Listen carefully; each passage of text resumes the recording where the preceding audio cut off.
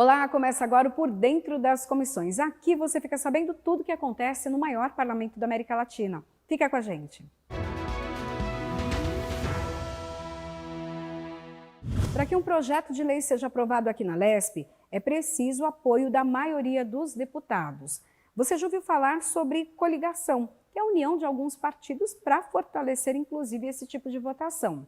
Mas na LESP, alguns termos estão chegando novos, como federalização e mandatos coletivos. Bom, o especialista vai explicar para a gente. A federalização ela chegou, ao meu ver, de uma forma muito benéfica, né?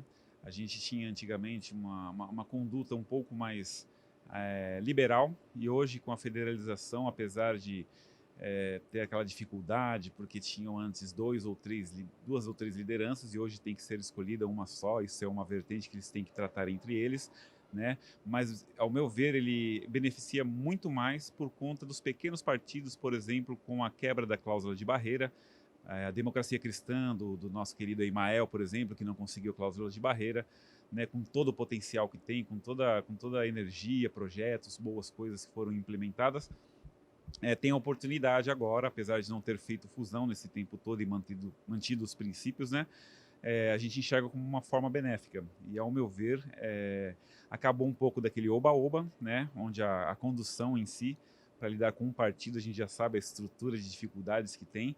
Quando se trata de dois ou três que se coligam juntos, acredito eu que vai ficar um pouco mais incisivo, com uma conduta muito mais ética e muito mais fortificada do que antigamente.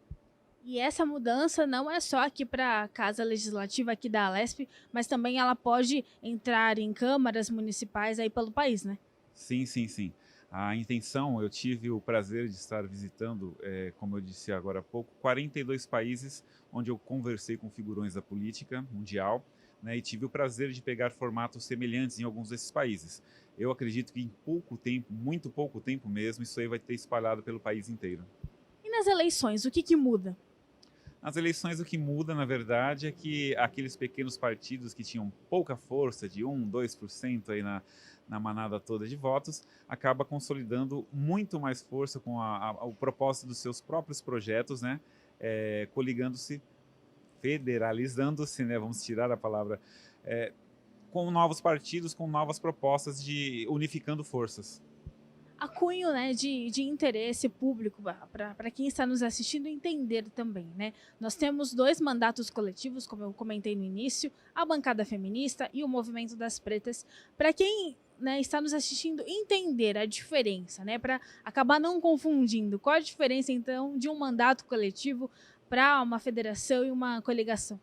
Então, é o que eu disse antes, né? A gente tinha uma salada de interesses aí, né? Um composto generalizado de complexidades que a gente vai poder limpar um pouco mais e a questão, quando chegar ao povo, quando chegar à votação, né, ela vai estar muito mais limpa e com um pouco menos de interesses, né, do que no quesito bancadas como tinha antigamente, que era uma bancada de interesses mesmo, a gente sabe disso, né, embora a gente tente acreditar que não, e dessa forma vai ser um pouco mais fiscalizada, né, até pela questão daqueles que quebrarem esse acordo e quiserem sair antes, eles vão ter umas penalidades a mais aí a serem constituídas por parte da fiscalização, então eu acredito que é sempre uma conduta benéfica nesse quesito.